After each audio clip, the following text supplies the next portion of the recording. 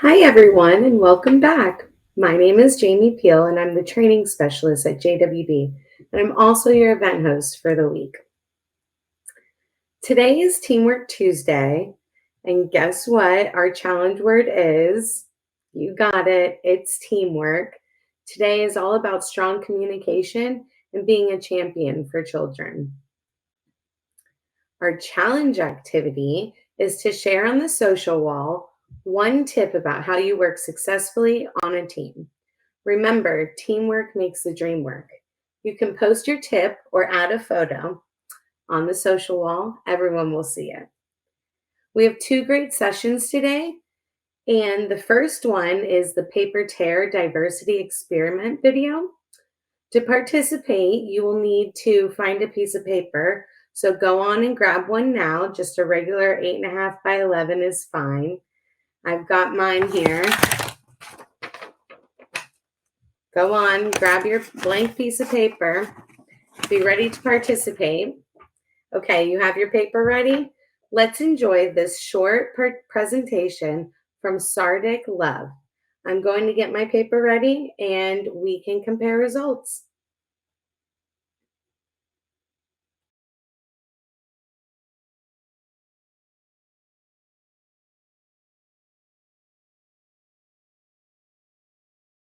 The first thing is I'm going to give you a bunch of experiential exercises. Think of how you would apply whatever you're talking about in your meetings, whatever training programs you're doing. How would you take your content or the information that you're delivering and make it fun so that people, one, remember it and you get your return on investment back in the time spent. Literally, when you walk out that door, you'll be able to do any one of the exercises that I'm about to do with you. Okay. All right, everybody got a sheet of paper. This is going to be easy, and you're our leader right now because you just got hired, so you got to demonstrate performance, buddy. All right, no pressure whatsoever. All right, the expectation is simple. At the end of this job, your piece of paper should look exactly like mine. At the end of this job, your piece of paper should look exactly like mine. I have complete confidence in everybody in this room that that will be the case, okay? All right, so go ahead, fold your piece of paper in half. Simply tear off the top right corner. Okay, fold it in half again. Tear off the top left corner. Top left, top right, top left. Then fold it one more time. This is going to be the last tear. And tear off the top right corner. That's it. So we tore off the top right, the top left, top right.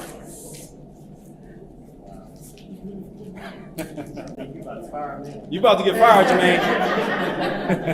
Look, he's already admitted poor performance. And we're only talking about a sheet of paper. Really? Okay. So how many of you, by show of your hands, have complete confidence that your paper looks exactly like mine, as the expectation was? Okay. A couple of brave souls. That's good. That's good. Okay. All right. Okay. Let's take a look and let's see what you came up with. You should have a hole in the middle.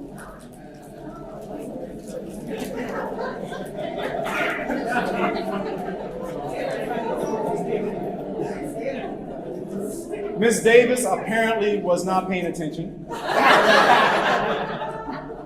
Nor was Marisa not paying attention. Okay. Miss Aaliyah, overachiever. But still not getting what I want. Okay. All right, now let's get down to now we got something close here. This is good. This is good. I mean, yeah. I mean, you got 2 on the top, 2 tears here, and that looks like 3. So you would hire you as a really good guy. She represents your table. Okay. I like that team support. Until she doesn't do right, then you already threw her on the bus.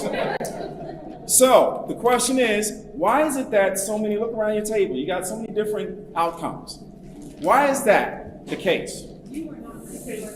I was not clear. So I was too fast. So you're blaming me for your incompetence. Is that what you're saying? Okay, so I was going too fast. Not enough details. Now, there's a piece of paper. I mean, which left, which right? My left, my right, your left, your right. It's the same.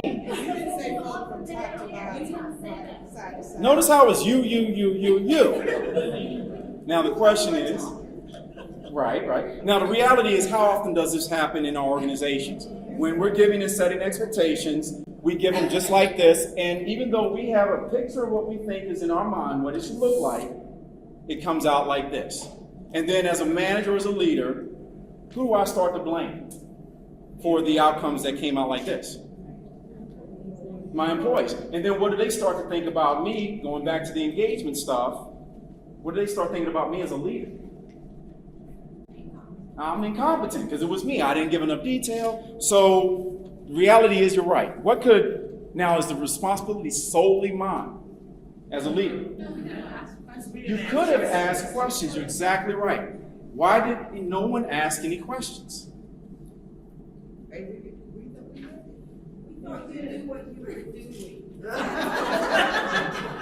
I did. I got this, right? Great point. So how often when we're in organizations, do we ask questions? How often is the culture even set up to ask questions? What fears do we have in our head? What fears do we propagate in our employees, in our teams, that create this gap where all of a sudden we are now set up for failure regardless? And again, now this is just basic stuff, but then you start throwing in diversity and ethnicity and all these other ways of communicating and not understanding each other. And all of a sudden you start getting a very complex system. And these little ideas and little trinkets and little experiential exercises bring it to the point real quick and real fast. We communicate in very vague terms, and so the results you're going to get are very vague. How did you do? Because Houston, we have a problem. I think my emotional bucket just got a little bit more full and I need to call Rod. Go ahead and share a photo of your paper on the social wall and let's see how you did. You may want to try this fun learning experience with your students or even with your teammates. All right, on to the next video. We have a TED Talk that's truly inspiring.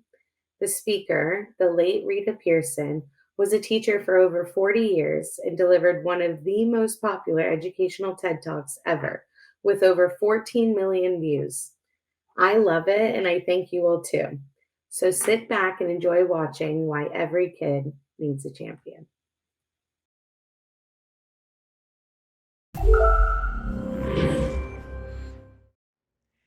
I have spent my entire life either at the schoolhouse, on the way to the schoolhouse, or talking about what happens in the schoolhouse. Both my parents were educators.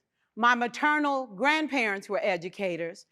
And for the past 40 years, I've done the same thing. And so needless to say, over those years, I've had a chance to look at education reform from a lot of perspectives. Some of those reforms have been good. Some of them have been not so good. And we know why kids drop out. We know why kids don't learn. It's either poverty, low attendance, negative peer influences. We know why. But one of the things that we never discuss, or we rarely discuss, is the value and importance of human connection. Relationships. James Comer says that no significant learning can occur without a significant relationship. George Washington Carver says all learning is understanding relationships. Everyone in this room has been affected by a teacher or an adult. For years, I have watched people teach. I have looked at the best and I've looked at some of the worst. A colleague said to me one time, they don't pay me to like the kids. They pay me to teach a lesson. The kids should learn it. I should teach it. They should learn it. Case closed. Well, I said to her, you know, kids don't learn from people they don't like.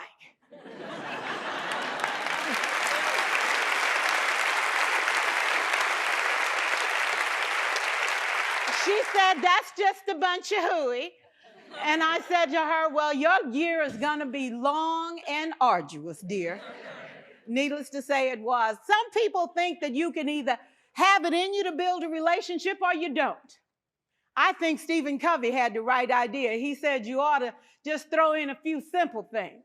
like seeking first to understand as opposed to being understood. Simple things like apologizing. You ever thought about that? Tell a kid you're sorry, they're in shock. I taught a lesson once on ratios. I'm not real good with math, but I was working on it. And I got back and looked at that teacher edition. I taught the whole lesson wrong. So I came back to class the next day and I said, look, guys, I need to apologize. I taught the whole lesson wrong. I'm so sorry. They said, that's okay, Miss Pierson. You were so excited. We just let you go.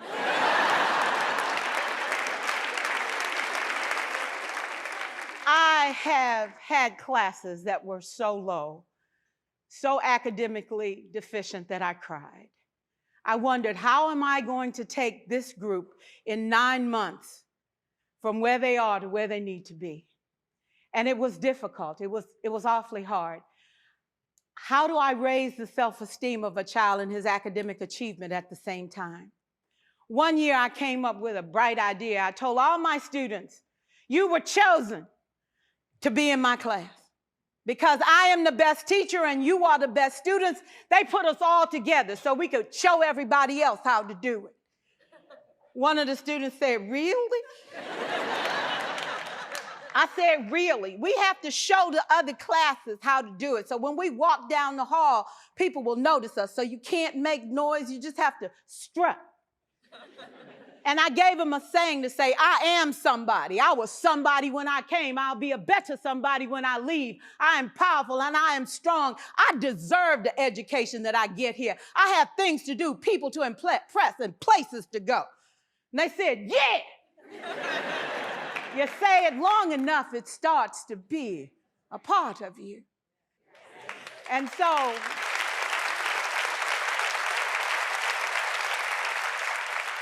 I gave a quiz, 20 questions. Student missed 18. I put a +2 on this paper and a big smiley face. He said, Miss Pierson, is this an F? I said, yes. He said, then why'd you put a smiley face? I said, because you on the roll. You got 2 right, you didn't miss them all. I said, and when we review this, won't you do better? He said, yes, ma'am, I can do better. You see, -18 sucks all the life out of you. +2 said, I ain't all bad.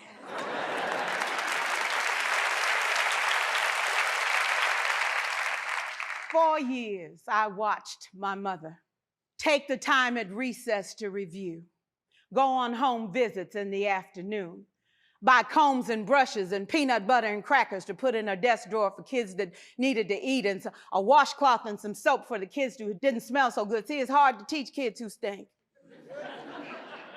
And kids can be cruel.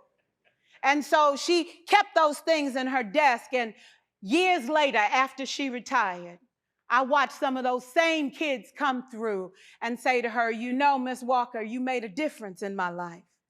You made it work for me. You made me feel like I was somebody when I knew at the bottom I wasn't. And I want you to just see what I've become. And when my mama died 2 years ago at 92, there were so many former students at her funeral. It brought tears to my eyes, not because she was gone, but because she left a legacy of relationships that could never disappear. Can we stand to have more relationships? Absolutely. Will you like all your children? Of course not. And you know your toughest kids are never absent. Never. You won't like them all, and the tough ones show up for a reason. It's the connection. It's the relationships. And while you won't like them all, the key is they can never, ever know it. So teachers become great actors and great actresses, and we come to work when we don't feel like it, and we listen to policy that doesn't make sense, and we teach anyway. We teach anyway because that's what we do. Teaching and learning should bring joy. How powerful would our world be if we had kids who were not afraid to take risks, who were not afraid to think, and who had a champion? Every child deserves a champion, an adult who will never give up on them, who understands the power of connection and insists that they become the best that they can possibly be. Is this job tough? You betcha. Oh God, you betcha. But it is not impossible. We can do this. We're educators. We're born to make a difference. Thank you so much.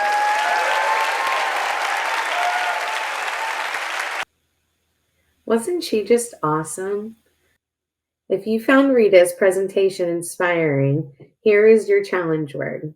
This word is also a nod to all of you who work with kids. We help inspire them to dream big. That's it for today. Hope to see you back tomorrow for Wellness Wednesday. You will hear from another inspirational speaker, Johnny Crowder. Tomorrow you can tune in for this 20-minute session anytime after 8 a.m. And don't forget, you need to tune in to collect those challenge points. Enjoy the rest of Teamwork Tuesday. Over and out from JWB Command Control.